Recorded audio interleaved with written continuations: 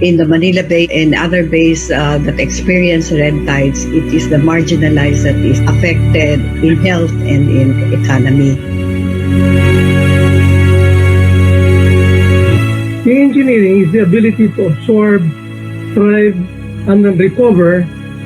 The faster you're able to recover, the more resilient.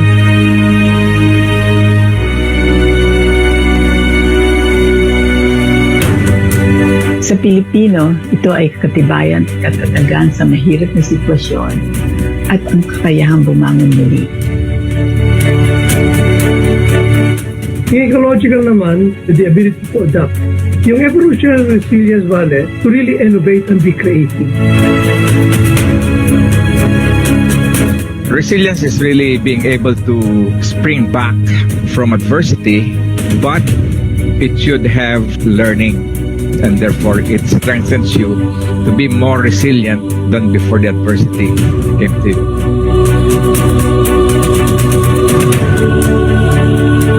Before COVID-19, the Philippines was already on to SMT-based measures to improve its resilience capacity. With COVID, the country was awakened to the need for resilience of our economic, health, and educational status as well.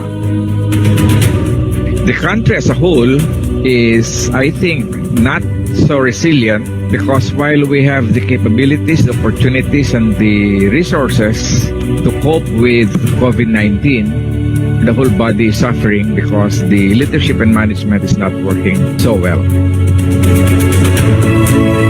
When it comes to individual resilience, those who have more resources, capabilities, and opportunities will be more resilient than those who are not. A lot of the problems really may be interconnected, Vale. You have to look at it from a holistic point of view. It encompasses more than natural sciences or physical problem, Vale, but also it gets into the ecological, biological, as well as social pa nga. Among issues and problems we have are poverty, ecosystem destruction, climate change, and bravery. Much of our attention is placed only after the disasters happen. What we should do really is to take early action years before the hazard strikes, and we should put our attention and our resources into that type of planning. We need SMT-based transdisciplinary and inclusive approach to coping with possible hazards. The fragmentation of society needs to be resolved for resilience. Communication is very, very important, and we should communicate to the people using not just scientific communication means, but through arts, music, understand the mindset of the Filipino people so we can communicate better. Well, the way to move forward is interoperability. So we have to do a lot of work as a person, as a community, and as an institution to really have resilience as one of the values of the Filipinos. Yung tunay na resilience na towards improvement. Building resilience requires sustainability science inspired by transdisciplinary approach. To be sustainable, you have to be resilient. To be resilient, you have to be sustainable. Go natural, go with nature's flow. Non-structural or natural interventions, as well as good planning, is the most sustainable. Finally, we need to harness and strengthen the Filipino spirit of bayanihan.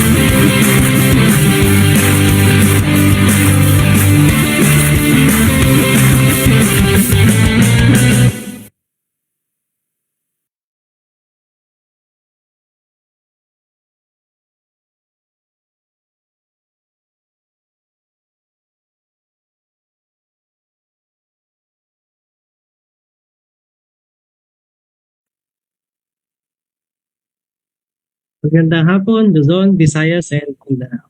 Para sa ating mga kapatid sa Luzon, mayapagat panapon, naibaga malam, masantos siyang araw, parahay na hapon.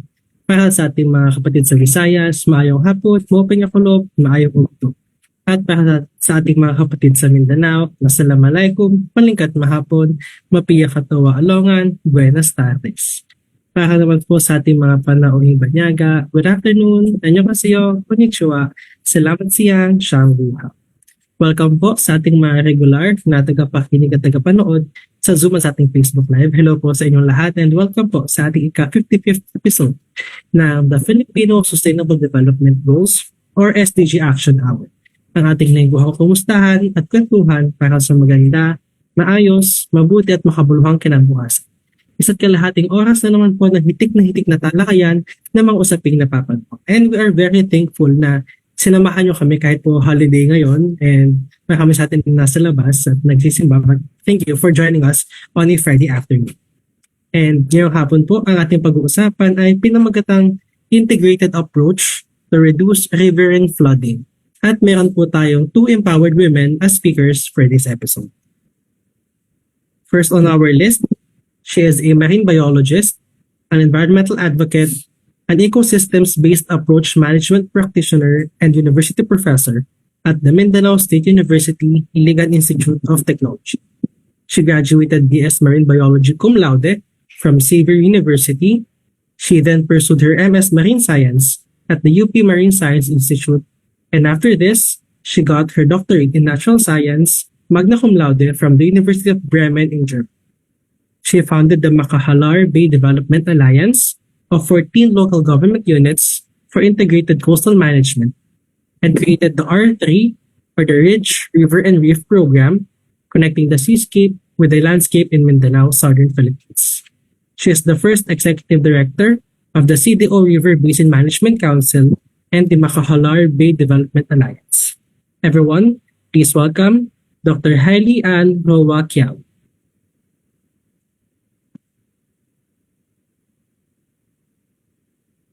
Good afternoon, maayong hapon, magandang hapon. Thank you for the invitation. Thank you po, Dr. Hailey. For our second speaker, she received her bachelor degree at Silliman University, Dumaguete City. She was in the academe in Malaysia and the Philippines for 24 years and has worked with the United Nations Environment Program, United Nations Office for Project Services, and Asian Development Bank in regional projects funded by the Global Environment Facility for the sustainable use of coastal and marine environment and resources. She is also currently the country manager of Office of Wetlands International Philippines, wherein they lead the implementation of Work Package 2, reducing the risk of flooding, Ridge to Coast, Rain to Tap project, To Plant or Not to Plant, and Building with Nature Initiative Asia Philippines. Everyone, please welcome Dr. Anadel Cabanban.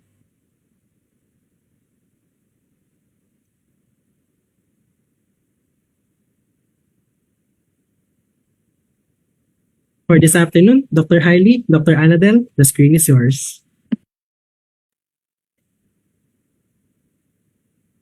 Thank you. On behalf of Anadel, I'll be speaking for both of us, but she can answer the question and answer later. So, if you look at the screen now, we're actually presenting what we presented at the PICC during the Water Futures Conference. And we've been invited by Dr. Luli again to present here. And again, we extend our thanks for, letting us tell our story here in Mindanao and what we have done so far to address the environmental problems we have. And I'll be taking off because it will be Wetlands International, the Philippine programs where Anadel and I are working together, but also I'll be using my hat as the CDO River Basin Management Group and also with the Makahalar Bay Alliance, our integrated landscape seascape experience.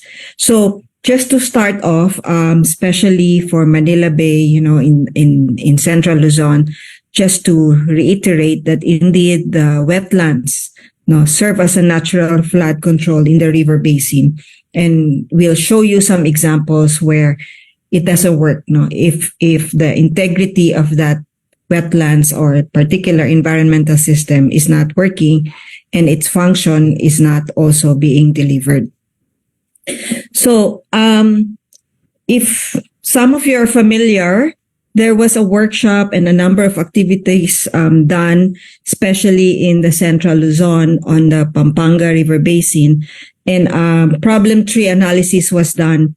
And just wanted to show you that some of this, which they call as the wicked problems now, it's also happening here in Mindanao. And it's not just probably in Mindanao, but the entire Philippines or other areas, because these are really, wicked problems.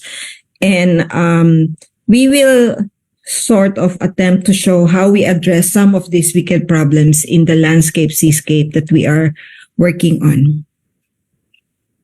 So, we have what we call as one environment, one landscape, one seascape, which is also my background. We are in central northern Mindanao, Region 10. Cagayan de Oro is the hub of our entire landscape seascape. It's also the northern gateway for industrial development. So I'll be talking about the whole ecosystem, the systems lens, in how we dealt with many of our environmental problems. And we've been working for 15 years now, both the Coastal Alliance and the River Basin Alliance, because we have two particular ecosystem services that we wanted to address. One is the provisioning service of the environment, which is basically the water. And as early science have showed, as early as 2007, so that's like 15 years ago, we've been already sort of tagged as one of the cities in future that will really have problems with water. And so we wanted to, address that as early as we can. A good example is where we applied a simple solution science to show to many of our community members from the different sectors, a simple GIS mapping of the deep wells in the city of Cagayan de Oro, showing that there's really so much, and this does not even include those that have the illegal, household wells. These are only the ones with a permit. So you could just imagine the volume of water that is being pumped in our coastal city. The second one that we wanted to address is our, I think this one, is for the river basin, our topography is such that we cannot help but all these waters coming from the upstream will really go down, especially to the chartered city of Cagayan de Oro as floodwaters, unless we do something about it. So in our case, since this is the entire realistic topographical scenario that we have, we've been dealing with the different local chief executives. In our case, we have 4, that if we talk about environment, if it's possible, it should not be considered a political issue, but more really a systems lens. So it's something like a paradigm shift. And this is an example of a wicked problem that is also found in Central Luzon, but also elsewhere, where we need to let the official citizenship, the official management, like the local government units, understand the geophysical and environmental causes of these hazards that we are facing. So we just made this simple animation of the river basin showing the different tributaries, that when we have strong rains, we have 2 headwaters. All this will come down to the city and to the coastal area. And having this simple animation actually worked with the 4 local government units, such that we've been quite successful in getting them to participate using the systems lens now when we talk about environment.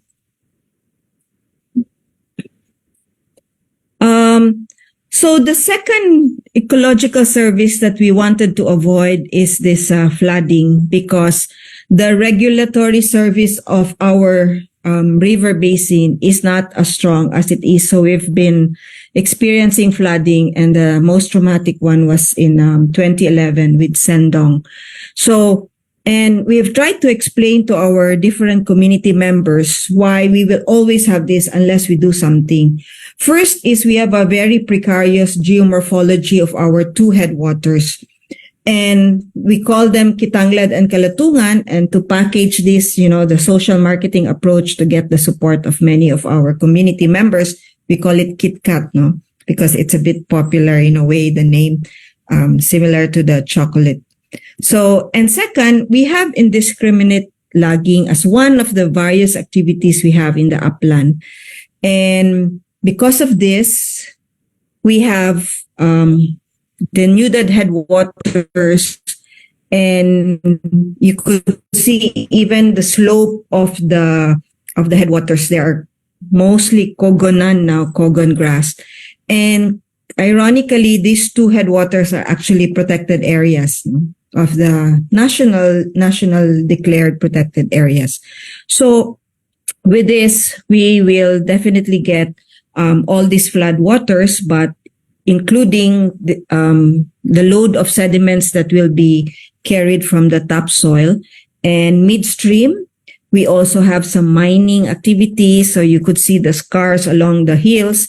And together with that, these will all flow downstream to the coastal areas, first passing through the city until it reaches our coastal waters. So another wicked problem that is similar to ours is that then we will have this erosion of soil, and some of these are caused not just from the mining, but also really poor enforcement in terms of the many activities that we have, and resulting in very heavy silted rivers and waterways. We've never seen the river in the past 50 years not brown. No? So, but there was an attempt before with our local government unit and the Cagayan de Oro City, where they stopped the mining activities midstream, and for a few years we had a bit of a greenish water, not brown, because of the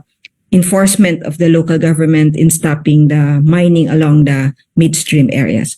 So with all this water and silt, you could see the plume that would be released into the sea. Cagayan River is the bigger one. There's another one on your left on the screen, and there's actually another bigger river which I didn't include that would release all this eroded soil and water into the coastal environment. And what used to be a very thriving marine environment would be covered with silt and causes you could say the collapse of the ecosystem. That's why I'm a marine biologist by profession, but after doing the coastal alliance and setting up marine protected areas along the entire coastline, we thought unless we do something upstream, it might not be very productive, whatever activities we have. So that's why we work with the landscape community stakeholders. This one with the CDO, River Basin Management Council. So we've been doing a number of things with support mostly from the national government, like the OST, and also from international grants. And in particular, we have one with Wetlands International, the Philippine program, where it's funding from the Sustainable Water Fund of the Dutch government. But it is the first time for them that instead of addressing water security through hard engineering, because they're mostly working with the water service providers, it was an opener for them when they decided to work with the CDO Water District to be informed that there's actually a soft engineering component that's happening already in the area, which is the restoration we're doing as a management council. So they came up with this new project, which was something new for them. So we have still the hard engineering aspect where they are helping the water district, but we are, as mentioned, under the work package 2, where we are doing the soft engineering part. to ensure that the water security issues that we have in the city is not just addressed by this hard infra, but also to make sure that the soft engineering through restoration will assure the water infiltration on the ground that can be pumped by the water service provider. So we're doing this and we're finishing up next year already, with this project. It involves one work package which is just the water district, while we are also working with the Red Cross in terms of sanitation and a number of technical group on the GIS support for the water district. So what have we done in terms of addressing these wicked problems? One is that we have attempted, and we don't expect to see the effect probably in the next few years, but probably hopefully in the next decade, is we are restoring the absorptive capacity of the watersheds that we have by rainforestation. So what are we doing is that there are a number of restoration and greening programs. But what we did in this case is we made it sort of really a business case. So we wanted to address 3 P's when we do the restoration to ensure the integrity of our ecosystems. One is that, of course, there's a protection angle. So we have worked with the World Agroforestry Center to design different restoration models, depends on the area. And then second, we wanted to ensure that we are working with a community, a local community that is in the area. So that's a second P. So it can be the indigenous groups, it can be a people's org or a cooperative. And the third P, which is not so common, is that we should have a product from the restoration that we're doing, because we wanted the local community, not just to do the restoration for protection, but also to have alternative income or even supplemental income while they're doing the restoration. So then we have the 3 P's in terms of the models that we're doing now. And wetlands in particular have helped us in coming up with this piloting in the different models that we have. And we've also came up with a business plan for each of these models, such that even the cash yield, the cash flow, when will the local community start to get the profit, it's all there in the business plan for each of these particular restoration model. So let me start with one. This is piloted with a multi-agro-industrial company, Unifruti, through their foundation called the Hiniliban Foundation. In this case, the restoration is through the slope, and they are using the principle of ecological succession. They are using a nurse tree called Calandra, and the role of the Calandra is that in most of the cases of our watersheds, if you saw it earlier, is that it's cogonan.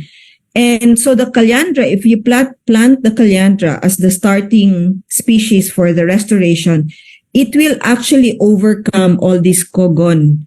So the weeding, maintenance, and all that aspect in the initial part of the restoration has been eliminated already through this Calandra. So as it grows, so no more weeds. So once it grows, then that's the time that they will plant the indigenous forest trees that selected depending on the elevation.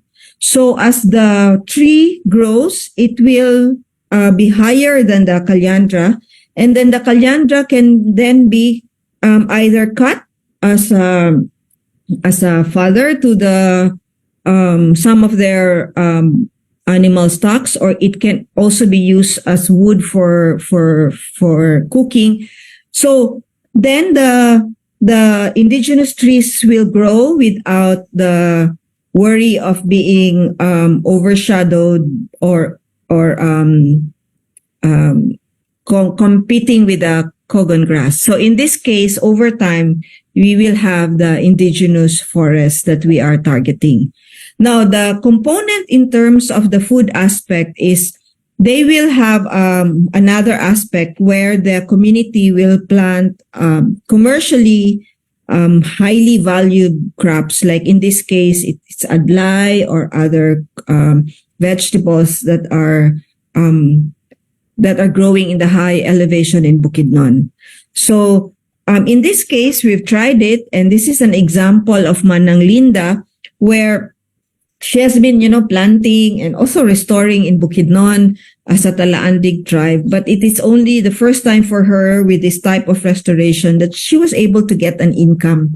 So this is something that will really demonstrate that protection can be done by a local community, and that it can also provide supplemental income or support to the community that will do the restoration. So the second restoration that we're doing is at the riverbank. So we're doing riverbank vegetation, especially restoring the forests that used to be there before, but respecting the inundation zone, from land to the estuary. And we have demonstrated this in the Agusan River Basin with an earlier project with wetlands with a partnership for resilience. And here we showed that for riverbank restoration, we can have an ecological and an economic zone. So in this case, the ecological zone will cover the first 20 meters, and it comprises of this particular crops that will really hold the soil from the along the riverbank. And then beyond that is their economic zone. And depending on the community, they will decide which particular crop they would like to put in with the other trees as part of their profit angle, supplemental income.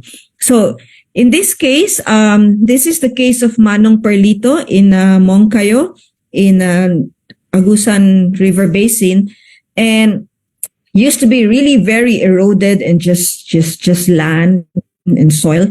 But now you could see the vetiver grass growing where the land and the river meets, and you could see at the back the economic zone where they have the forest trees and other crops that they are actually selling now. So in this particular setup, we were working with the barangay as the partner. So the third thing that we are doing is that we wanted to restore swamps, and this particular wetlands and its linkage to rivers, especially in its role that's supposed to take excess water that it cannot hold during rainy season and extreme events that will cause the flooding. In this case, we are working with the Agusan River Basin Management Council, and again, a technical study where we showed to the different LGUs that with a very high elevation of the Agusan River Basin along the side, the reds are the one with a very steep elevation, and there's banana plantation and mining all around, is that once there is strong rain, all this water from the upstream to the midstream and even downstream already along the river banks, along both sides, all this will go into the Agusan Marsh. And originally, the role of the Agusan Marsh is really to collect all this water coming from the upland. But because, sorry, I did not add here, but we were able to show over time that because of all this eroded soil coming down from the entire river basin, the marsh has become very shallow, such that it cannot hold anymore all this water coming from the different sides from the upstream. So all this water, if you look at the arrows, are now going straight towards Butuan City and towards the coast. But even then, it is also causing flooding even to the adjacent municipalities already of the marsh, which wasn't happening before. So in this case, you see an example of an ecological service of the marsh, which is supposed to regulate all this water, which is not being now delivered by the Agusan Marsh because of the siltation coming from the uplands and the eroded areas. So another one is we're doing this slope restoration. Again, this is in Talacogon, in along the Agusan River near the Agusan Marsh. And this is a very simple design where it's just intercropping of the indigenous trees with a particular tree that they would prefer.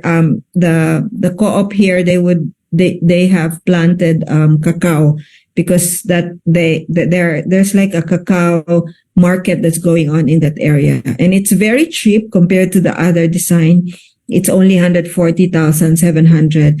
And if you look at the design here, we even figured it out where for every year how much of the funds can be released to the people's org, so it doesn't have to be in bulk. So for example, in this case, 70% for the first year, and then the rest 15. So and then in this case, I think on the third year that's the time where they will already get to start profit from the cacao and the other crops that they will be intercropping. So now we see the role of multi-sectoral management bodies. It can be a council, it can be an alliance, it can be voluntary, but basically the role of that body is like a platform that will coordinate all these activities here. And then, of course, because you need funds to do all these activities, is to source out resource generation of potential areas for financial support. Can be from the government funds, can be from the business sector, even banks or foundations or grants that will act as the funnel to ensure that all these funds are really used for the targeted programs of the area, either landscape or seascape. So in our case, we're just in the piloting stage, in fact, setting up the demonstration sites in the CDO River Basin, although we have already the proof of concept in the adjacent Agusan River Basin. And so the next thing we did is, again, using science, we identified the vulnerable areas for erosion and critical for watershed groundwater, those in pink. And then we put in the national greening projects of the DNR and other restorations we're doing to show to the community, like, that's where we are now in terms of restoration. We did much, but still we haven't really hit the areas that we wanted in terms of where the science is showing that are really vulnerable to erosion. So we're going to work with the different sectors in our areas to get their support using the demonstration sites, hopefully in the next few years. As mentioned, we're still in the piloting stage. But what we realized that it's really important is that it would be good to have really this coalition of different members in the sectors that we're working. So in this case, we created this streams, coalition of NGOs, CSOs. These are the people that will really lobby now to the municipal council, to the mayor. So it's not just, just me or a few of us, but really a group now of CSOs, because it has more weight, because although it's only one voice, but it represents a number of members in the sectors of the society. So in this case, it also addresses one of the wicked problems where there is a lack of citizen organization in response to flooding, which we have addressed through this streams coalition. So using the streams, we've been successful in getting financial support for a restoration. We've been using the concept of payments for ecosystem services. I'm not sure all of you are familiar, but it's a transaction where in this case, the government allocates funds for restoration on top of its funds for like its environment office or for its whatever activities they have. So it's really just allocated for restoration. So together with the streams, we've lobbied for 6 years with the city council. 6 years because it took us 2 terms. of the council, we've been affected by the election. Finally, I think they got tired of us. They finally agreed to allocate 10 million a year of the government funds for restoration only. But this hasn't been used because this was successfully done, thank you, in 2019. But all the money was focused on COVID. So we're just, activating, setting up the IRR, which is done already. So hopefully next year we will really implement this for restoration of the city, Cagayan de Oro. As mentioned, there are 4 LGUs in the river basin. We're not as big as the others. So this is one of the upland municipalities, and it's working with one of the headwaters, Mount Kitanglad. So in this case, we've been successful in getting them on board to, again, allocate. But in their case, they have put a certain water tariff, a certain percentage of their water tariff. So the water service is still provided by the local municipality. So as of now, they have already around 900,000 from the PES, which has been again put on hold because of COVID. But we've started to work with them to focus on the areas, remember the ones in red, in the municipality of Libona. So the other one is in the adjacent river basin, the second, the Kalatungan. And in this case, Talakag, it's even earlier than the ones when we started in 2016-17, but they have put this on hold for now because their water system facility is not very good. So they felt that the local citizens would not pay the additional ecological service unless they have fixed the water. So this one, although it is a pioneering one, it hasn't been implemented because of the waterworks. But hopefully next year, there'll be some major improvement on this.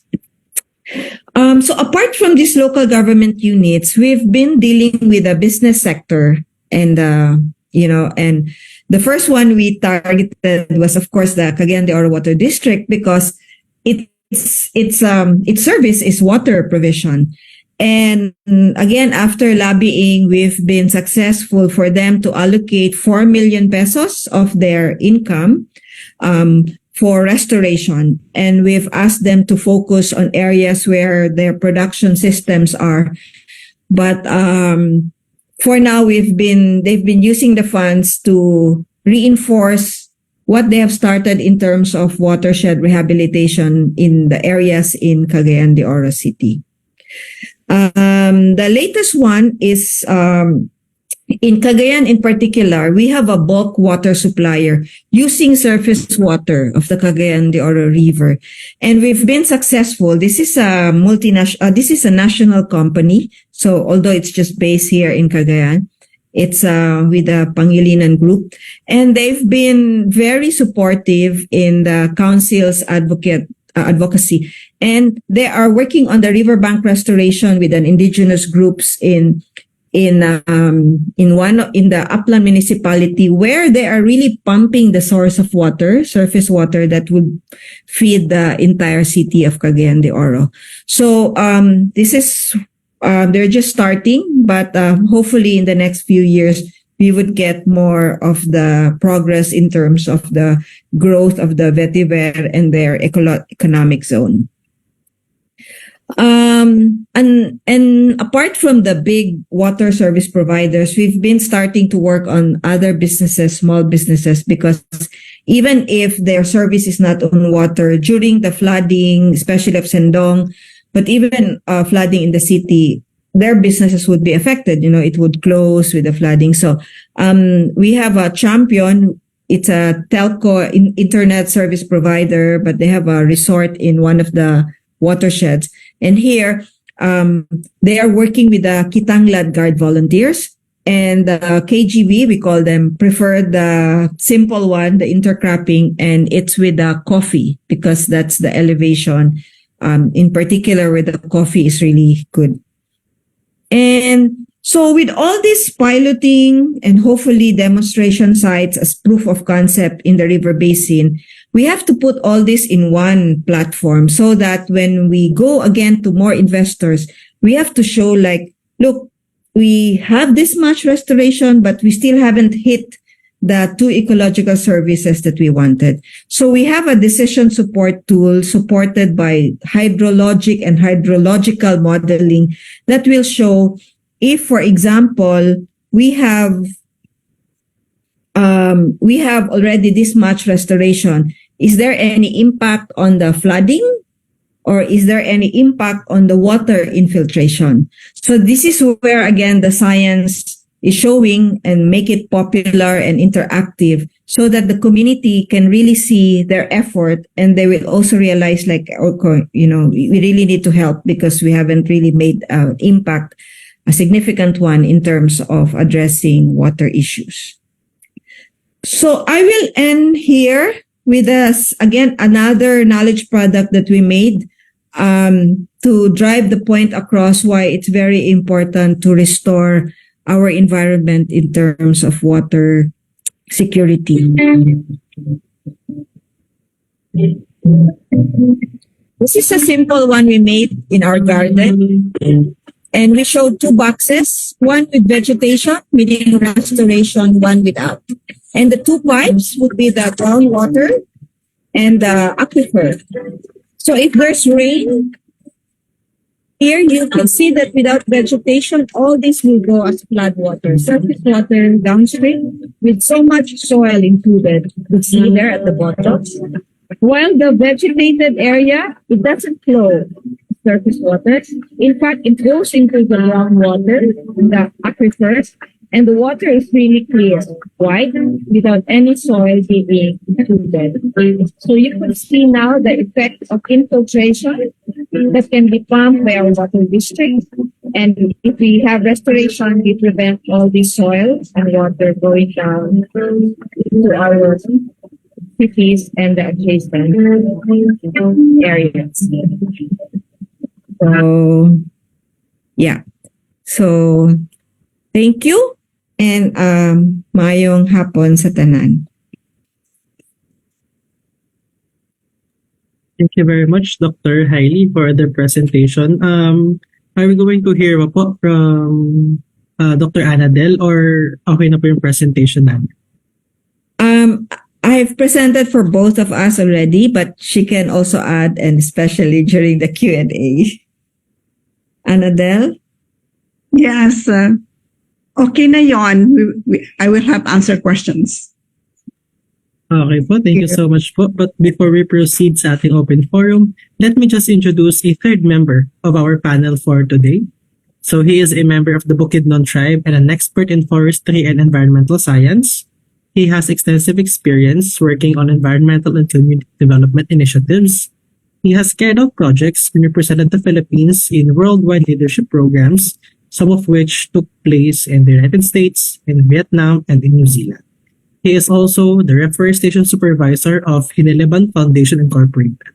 Everyone, let's give a warm welcome to Mr. Jonathan Bicat.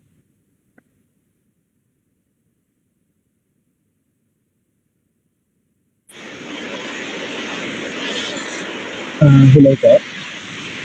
Hello po, good afternoon po. Hello. Sorry, I can't open my camera because my signal is not stable. So, now I just want to introduce what is Hiniliban Foundation and what is our work. So, Hiniliban Foundation is a non-profit and non-state organization that advocates of environmental conservation and livelihood development. But also, we are also engaging in preservation and restoration of the forest in with a partnership with our Moro and indigenous people in the entire Mindanao. So now we are in partnership with Dr. Hailey, Dr. Annadel for the R2C and R2P projects for reforestation here in Bukidnon, particularly in Talakay, Bukidnon. So the questions that I want to answer is why we share the forest and make some effort in restoration or rehabilitation of the forest.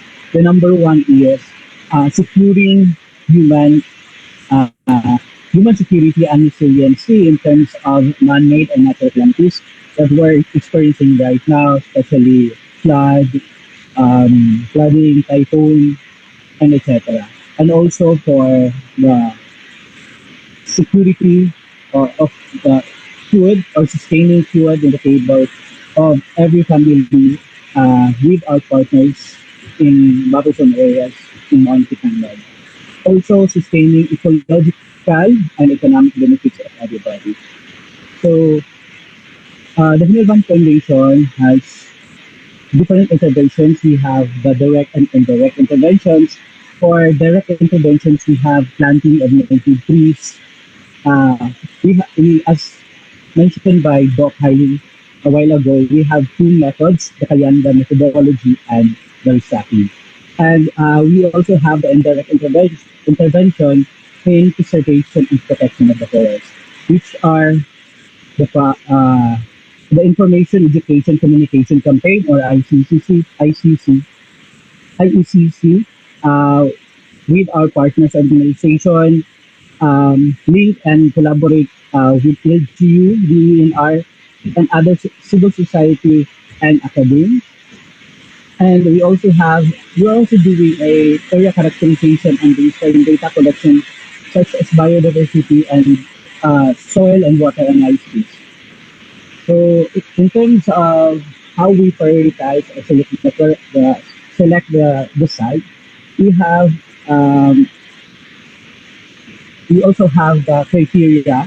For example, is the accessibility of landing sites, topography, the presence of NGOs, POs, and etc., or other agencies who are working with environmental sustainability and protection, the peace and order of the area, and the economic request of the locals. So now we are still looking forward to more projects for reforestation, not just in Bukidnon, but entire Mindanao as part of our goal and purpose of the existence of Hinilban Foundation. Thank you. Thank you so much, Sir Jonathan. And we hope to hear more of Hinilban Foundation in the future para mas malalim din po maging discussion natin when it comes to your works and your initiatives. Yes, Thank you po. And now, the floor is now open for questions for Dr. Hailey and Dr. Annabel. Actually, may isa na po tayong tanong sa ating Q&A box. Not sure kung kanino po siya i-direct, so our speakers can answer. From Mr. Leo Hernandez, have you pinpointed the kind of trees appropriate for the areas to be rehabilitated? Thank you. Thank you, Mr. Leo. In our case, we have a World Agroforestry Center with the USTP. So they were you could say the experts that were deciding on particular trees that will be planted, working with the community on what they will decide. But for an example, in Agusan River Basin, they really wanted Toog. I think Toog used to be very dominant, or used to be there. Ubiquitous, as they said in Agusan River Basin. So they wanted that, and we have to resort to the nursery aspect of the wildlings just to return the Toog back to the Agusan River Basin. And maybe Hinilban can answer also in some of the trees that they're using, or Anadel. But just an example where they, as much as possible, that used to be there, they wanted to revive it apart from the ones that are already there. Yes, in Agusan River Basin, particularly in the slopes of Talacogon, the trees that were planted were, as mentioned, Toog, some other native trees, and food trees. So like durian and coffee. So there is also some sources of trees, foods to be sold in the market sometimes. Thank you. So in addition to what Dr. Hailey and Dr. Annabel mentioned, in our organization, we have an activity we call site matching. So identifying native trees in the area and then collecting wild species so that we can multiply or we can propagate more trees in the area. I'm sorry, I cannot get the question. Yeah, it's a bit marveled from my side on this side. Yeah, did you get it, Hailey? No, Jonathan was answering also. All right. Okay. Thank you. Yeah, it's just a bit mad. Yes po, Dr. Metilio from MSU-IIT, you're recognized po. Thank you, Paul. Maraming salamat sa mga speakers, no? Si Dr. Cabanban, pati si Jonathan, and especially to Dr. Hailey, our Professor of Environmental Science at MSU-IIT. I'm so proud. But meron lang akong dalawang tanong, no? First is, do we have to take into account amihan and habagat or seasonality as to rainy season as to in relation to the type of trees or plants to be included? And also my second question is, I really like the model na ecosystem siya, maraming components, but have we developed a system of monitoring or evaluating the model if we are progressing, no, as to the targets of the model? And what state are we in now for the Makahalar and Butuan Bay? Yun lang. Maybe I'll answer first, and then Annadel and Jonathan. In terms of the, thank you, he's my boss actually. Dr. Vitilio is our Vice Chancellor. I forget the first question. I'll just go to the second question. In terms of monitoring, there's a tool that we've worked with the UPLB group because, as mentioned, we're marine biology. So they're foresters. It's called the Landscape Function Analysis Tool. And here it assesses the functionality of the restoration area in terms of water infiltration, soil erosion, and nutrient cycling. And our students in MSU-IIT have been doing the LFA as part of their thesis. And we've started in 2018. They did the 2019. So 3 years after, our students have shown that there is already an increase in terms of the soil erosion and water infiltration, not so much on the nutrient cycling.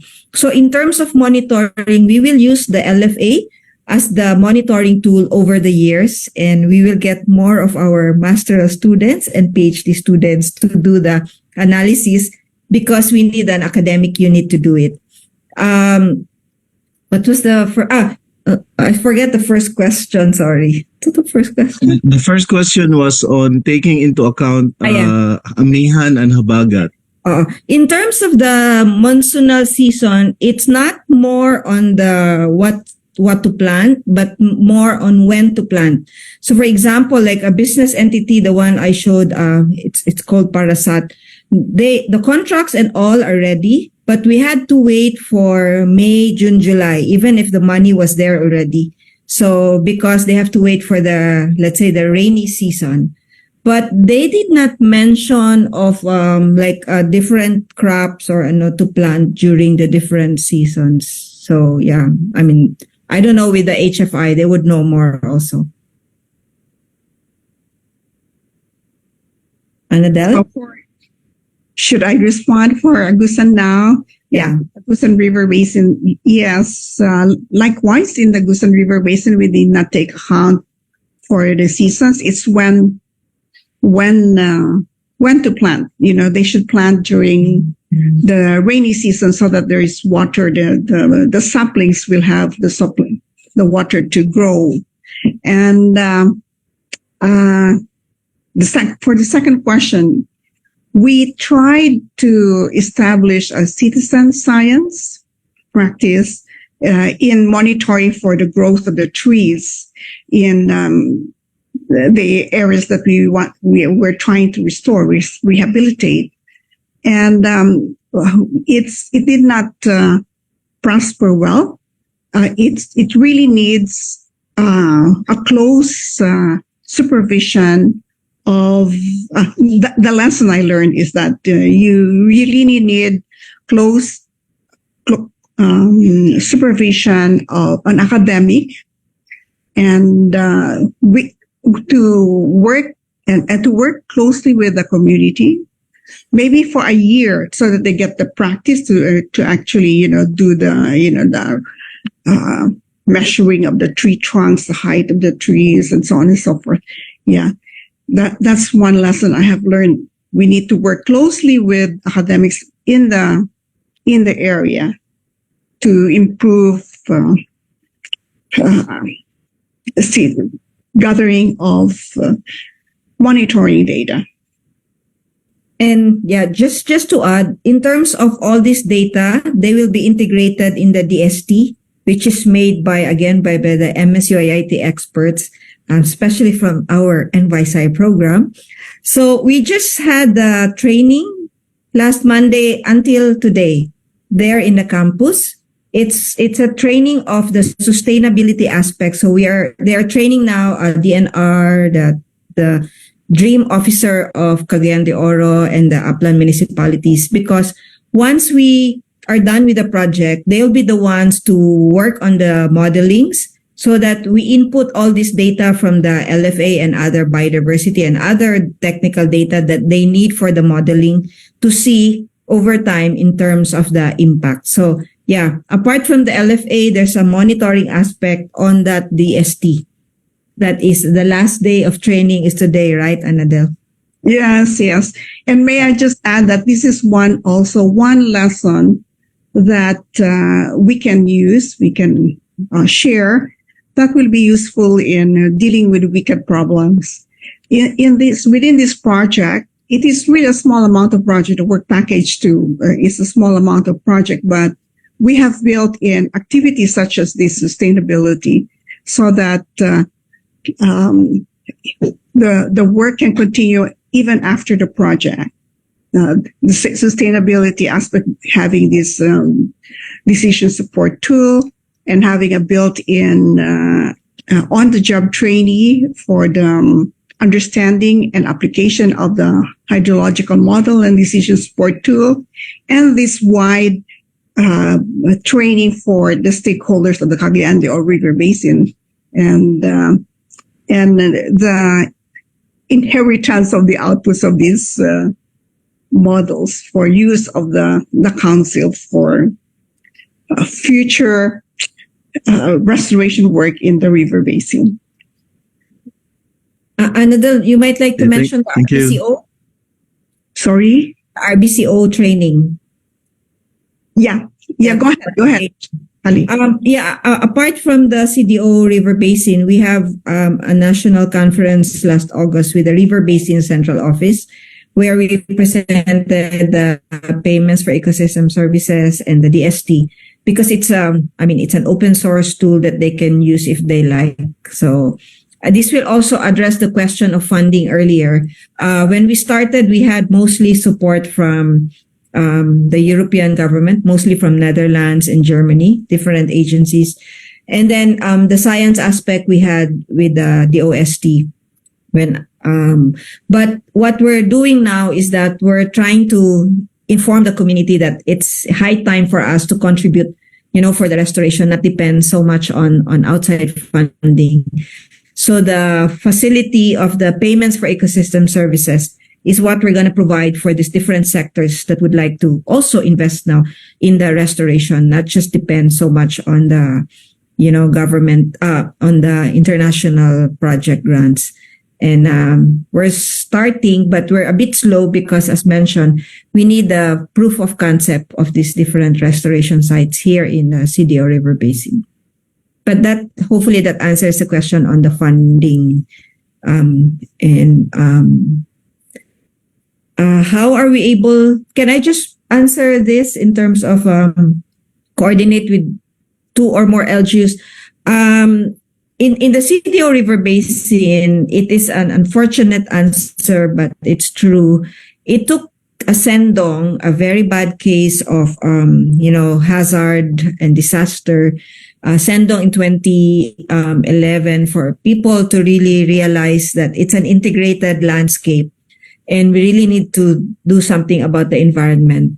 So like in a few days now, we will be commemorating, we always commemorate Sendong every December 11th. So or December, tomorrow. So it's not nice, to recall always, but it's also one way for us to always, again, similarly, to remind them that we should not forget and we should still do something about the restoration.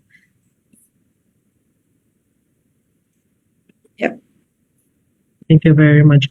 First, we have Academician Evelyn Mendoza. Mendoza.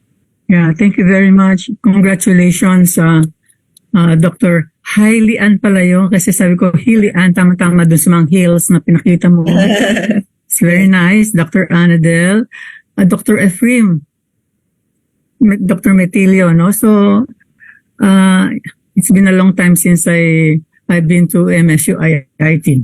Sana makabisita. Ang question ko, no, Hailey Ann, you presented business models, different per hectare. You have 456,000, etc. Does this mean that you have sponsors for the different parts of your project na nagfa-fund noon from private sector, from so how many hectares are already being funded by such kind of yung meron talaga. So that is for the 456,000 is for is it 3 years? Yeah, 3 years, no? And later on probably it can be renewed. So marami na ba kayong takers doon? This is, I think, a good business model, but we need takers from private sector. And can you tell us something about it? Yeah. Actually, the reason we came up with a business case is, we wanted, when we go to the private sector in general, we have agro industries here, we have commercial, we have everything. We wanted to provide this menu for them, like which one would you like and where would you like to do it. So that's why there's a costing and all. But as mentioned, at this stage, we only have the piloting. So we have a taker for each of the model, but hopefully in the next few years, we will get more on board. But I've really tried to talk to agro industries, chambers of commerce, and chambers of industries. But because they don't see the proof of concept yet, they're not so much keen into it. So we are just lucky we got champions, to try it out. But for now, ma'am, no, only like a scant, but hopefully we hope we'll get more hectares to be covered. Sana you get more support in that area, and also kumatok sa puso, at saka sabi mo nga kanina, napagod na sa tatanong mo or kaka-request mo, no? So, again, congratulations to the team, and this is a lifelong work, 3 years pa lang yung sinabi mo na meron kayong data. Yeah. And we know that we need talagang hanggang, so God bless all of you and congratulations. Thank you very much. Thank you.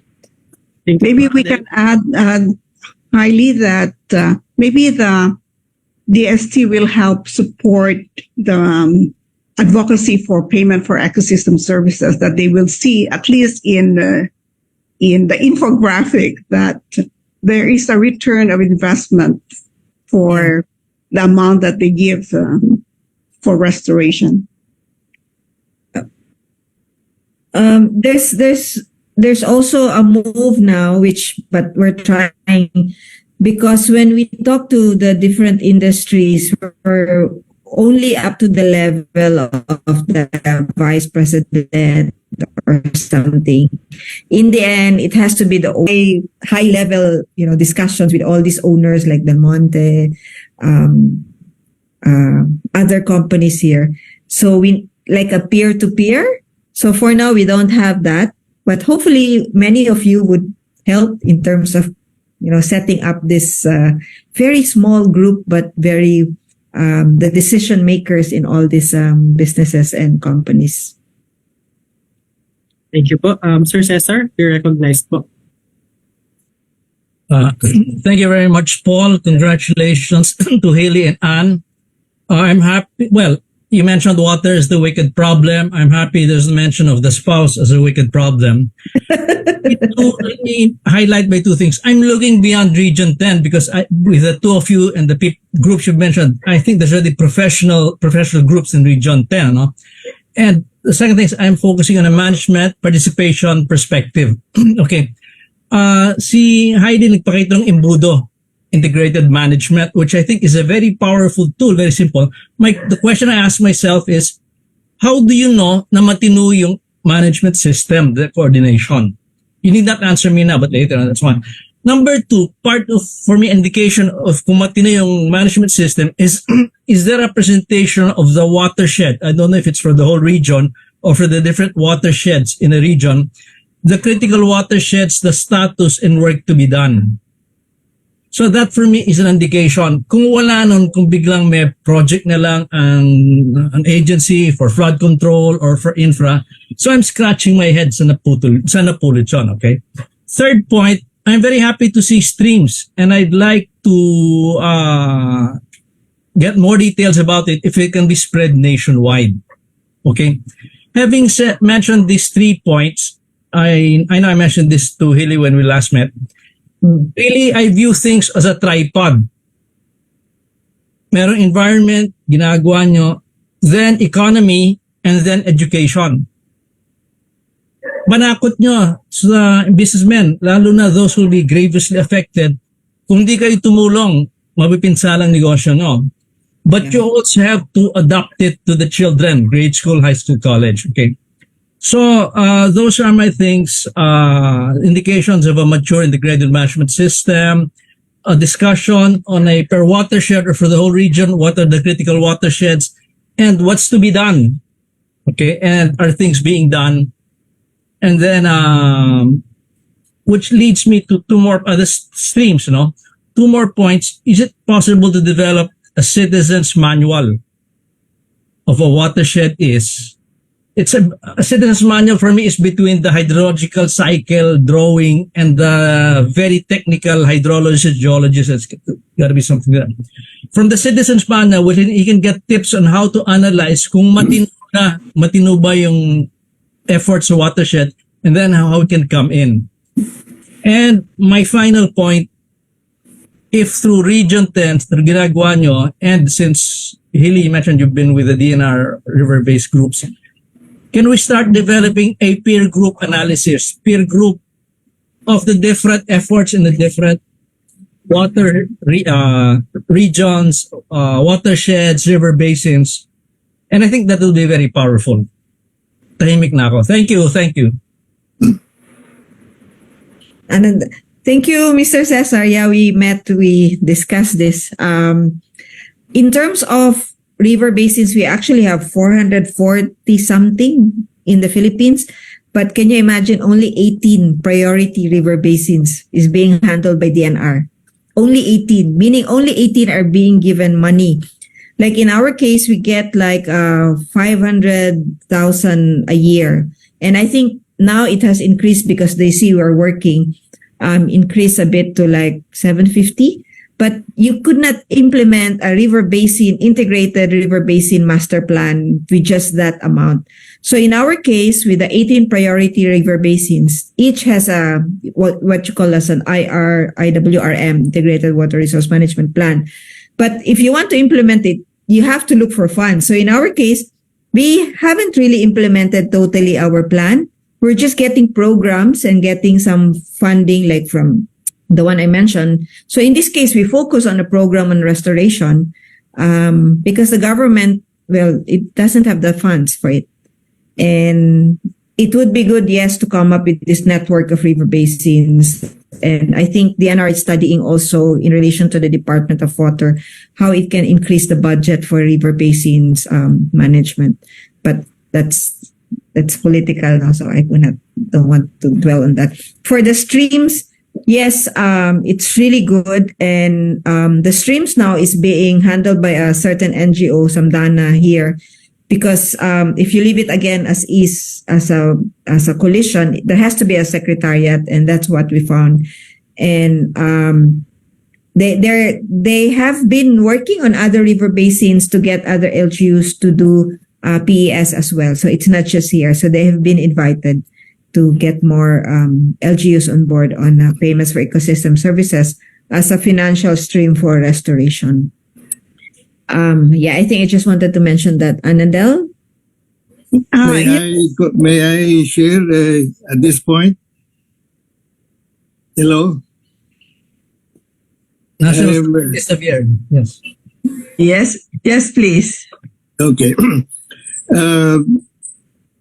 Maybe if you want to have more participation, I think there's another way of approaching it. You're approaching it from the environment water end. The other way is look at the current land use and approach it through the existing land uses. How do you minimize soil erosion?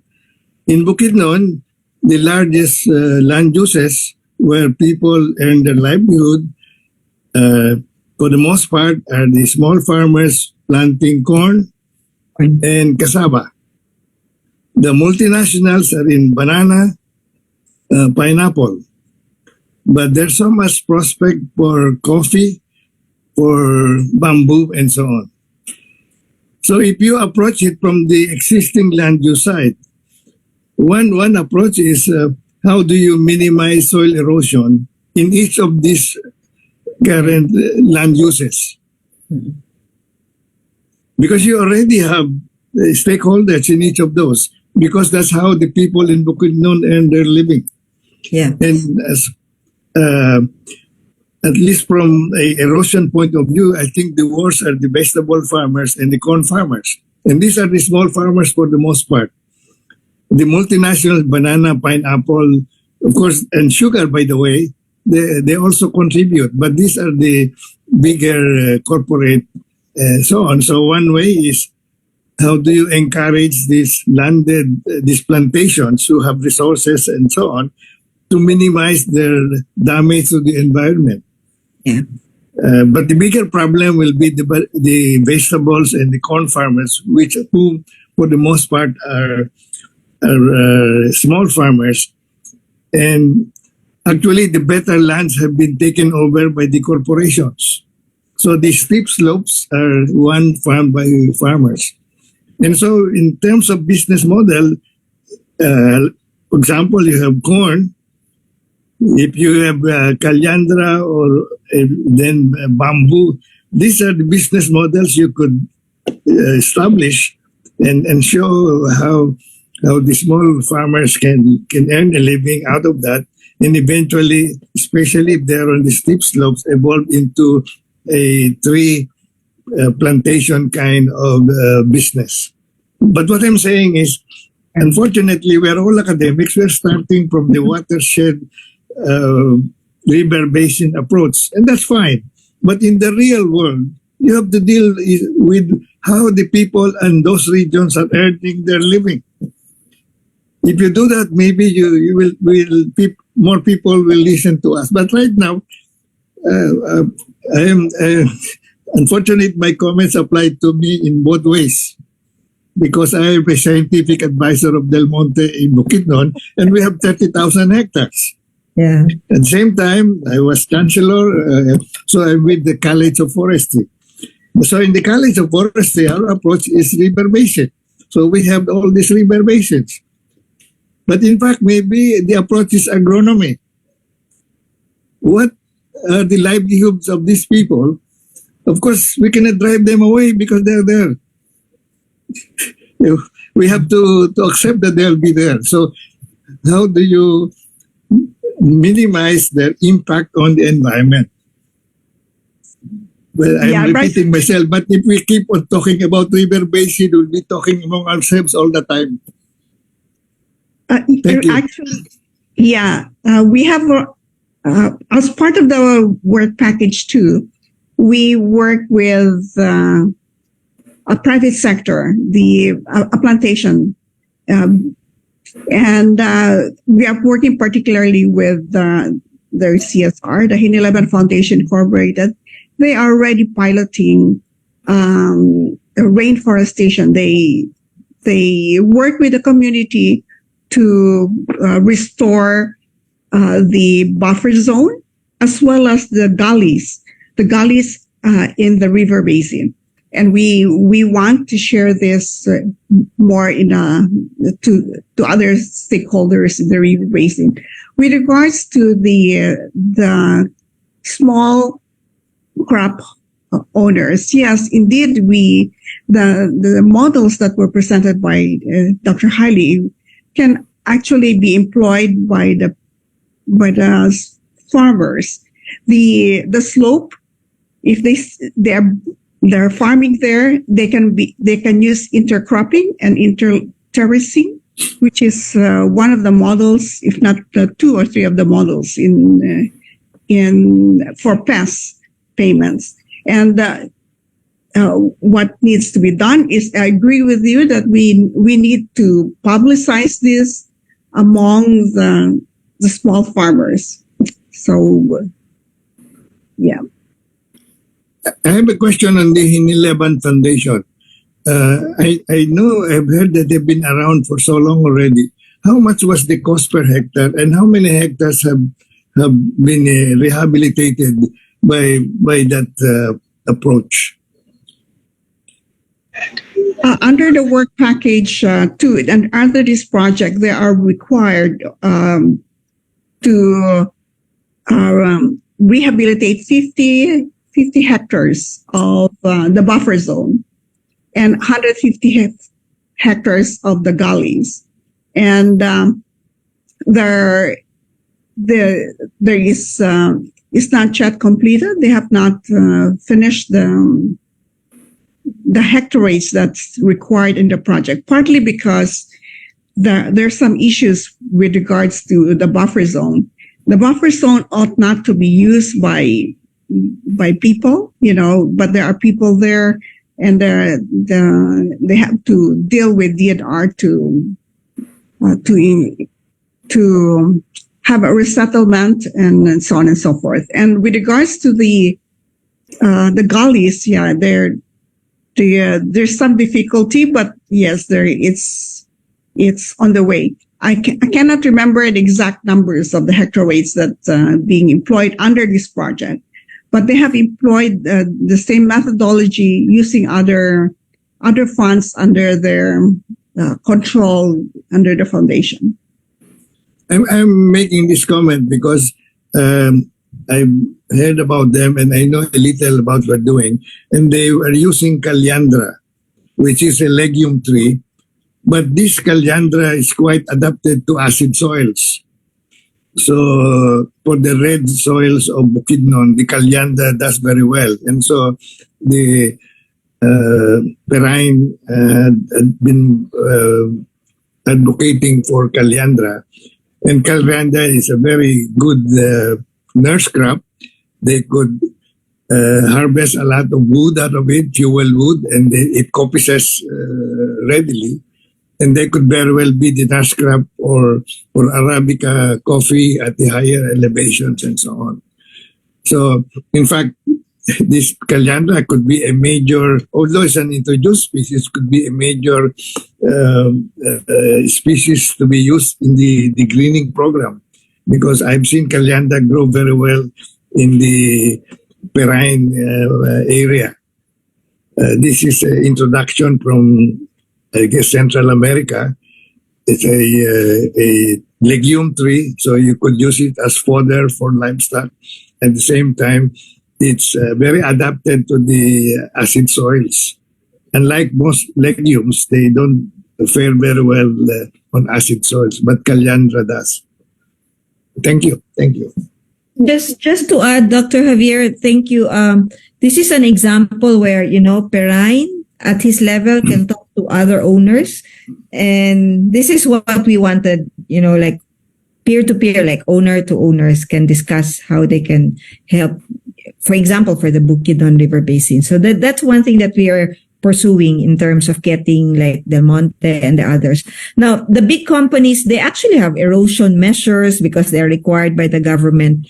And now to address the small scale farmers, we have a project now, GEF funded by UNDP, which will start next year, which basically address the small farmers in how to come up, the land degradation neutrality something. So I'm not really, I'm working here, but I'm really transdisciplinary in terms of getting experts on forestry and other stuff to help us. So there's a project now where they will work on the small scale farmers to address land degradation neutrality, and also in terms of what are the good practices to prevent erosion, because that's also our problem. So that addresses your comment already, Dr. Javier. So we have that. It will be implemented by UNDP with the Bureau of Soils and Water Management. So they will put us as the demonstration site, and then they will hopefully have this replicated in other parts in the country.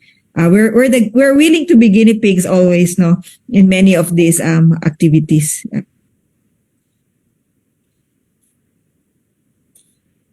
Actually, the elephant in the room is DNR, because they have billions and billions of pesos every year. Yeah. And so we're playing with peanuts with all these small projects. The real elephant in the room is DNR. If there's an agency we have to really influence and make work, is DNR, because for the last 40 years there have been hundreds of millions and billions of pesos for reforestation. Unfortunately, we don't have much to show for all the billions that we have spent on reforestation. Right. That is why when we had the national conference last October, we invited representatives of the 18 major river basins of the Philippines through the River Basin Control Office of DNR. So hopefully through those presentations, we will be able to slowly influence the restoration, rehabilitation of the watershed and the river basin. No, the river basin councils are our friends, but they're marginalized and fringe in DNR. They're ours already. They're being marginalized there. In fact, they have very little budget. So it's really the secretary of DNR and the Senate and House Committee for Environment that we really have to reach out. Right. Because DNR has billions of pesos. The river basin councils are being marginalized there. They've been around for so long. That's a very minor office in DNR. Mga kakampi natin sila, but we have to help them. And so our target ought to be the House and Senate committees. Okay. Kayo niyan, sir. Kami lang mag-implement on the ground. Thank you very much. But very good to hear about your projects, Hillian. Very nice. Very encouraging. Thank you very much po, Ines Javier. May we recognize po Academician Virginia Cuevas. Good afternoon. Hi, Lee. And thank you, and Dr. Annabelle. In 2015, Dr. Hailey, you were one of our resource speakers in REM. First in REM. Yeah. You were just starting on this project. Now it's 2023, and you have made great progress. Congratulations to you and to Miss Dr. Annabelle. We just finished our 4th International INREN Conference last November 21 to 23. And we were also talking about payment for ecosystem services. And also I strongly support the suggestion of Mr. Cesar Gomez that we really have to incorporate in the curriculum of primary, high school, and the college, the concept of ridge to reef and the river basins. And congratulations to your knowledge product on the importance of vegetation and non-vegetation in terms of water infiltration and control of sediments. Those knowledge products will be very, very good concepts for elementary and high school for them to understand the concept. Now, former Chancellor Rex Cruz and now academician Rex Cruz has a group who will be working on education with reference to environment and this ridge to reef concept. I think you have to coordinate with him because I think he has formed a group that would lobby for the inclusion of environmental issues in the curriculum from the DepEd and college level. Okay. Now, another question that I have for you. You just mentioned in passing the bays, Bacalar Bay and the ano. And do you have also monitoring and evaluation of the impacts of the protection of the watershed on the coral reefs and the coastal ecosystem? We have like minor Hi Doc, thank you for the encouragement. In terms of the monitoring, we have the usual ecological assessment that we do, but we wanted to see, the impact of soil erosion on the reef area. So we haven't done that yet. So we still have to come up with a study. So what I did was just logic, just to show that, all this soil will really kill the corals, for example, but a specific study in the area, not yet, but we will do that. Also the reason why I went back to the university this time with MSU IIT to do more of the science part. I think that would be a very good research problem for your graduate students. Yes. I think you really have to coordinate with former Chancellor Rex Cruz, because he's also working on river basins. Yeah, he's been advising me also. So I think he has already formed a group for incorporating in the curriculum of elementary, high school, and college environmental concerns. And your knowledge product is a very good demonstration of some of this. I think you will be coming up with more knowledge products. It will be very useful in educating our youth. Thank you very much and congratulations. Thank you, Doc. For a job well done. Thank you, Dr. Cuevas. Thank you very much po, Akad Cuevas. Apologies po, but we're down to our last question. This is from our chat, from our Q&A box po, from Rex Sparrow. How about the sago palm trees in Butuan City? Does it help to buffer zone against flooding? Maybe I'll throw that to the foresters in the group. I really don't have the authority, but in our case, as mentioned, what I gathered from the foresters working with us was like, trees will hold the soil and improve on the infiltration, but in particular for the sago palm, I'm not really sure. I'm sorry. With that, yes, but Dr. Annabelle. Yeah, I'm sorry. I'm also a marine biologist with, and but with the same concerns as Heidi of land-based sources of pollution, and no, I do not have specific knowledge on the sago trees, but we are concerned in having the expansion of palm oil, which is another palm with tree that's in the fringes of the Agusan Marsh, And we want to maintain sustainable use of the environment surrounding the Agusan Marsh, but and also protect the peat underneath the Agusan Marsh. So it's an indirect way of dealing with issues. Thank you very much po. Yes po, Doc M.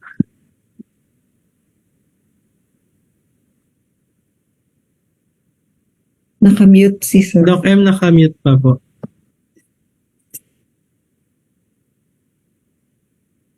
Can we really prevent soil erosion, or we can only slow down or mitigate the impact of soil erosion?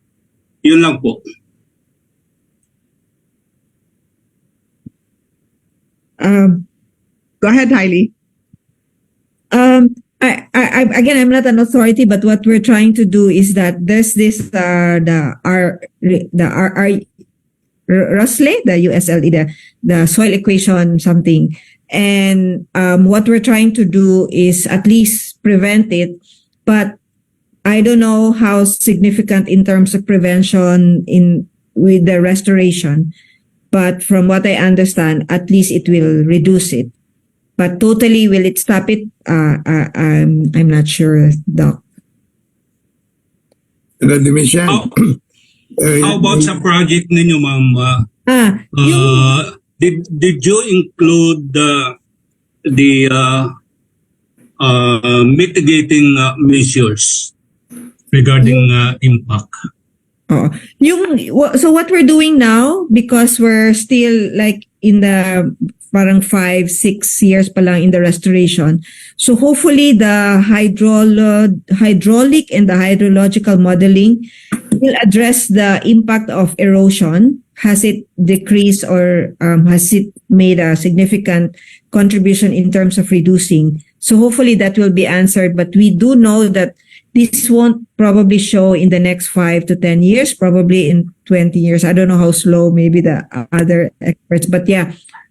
It has started to show in terms of the functionality, in terms of the soil erosion attribute for the restoration.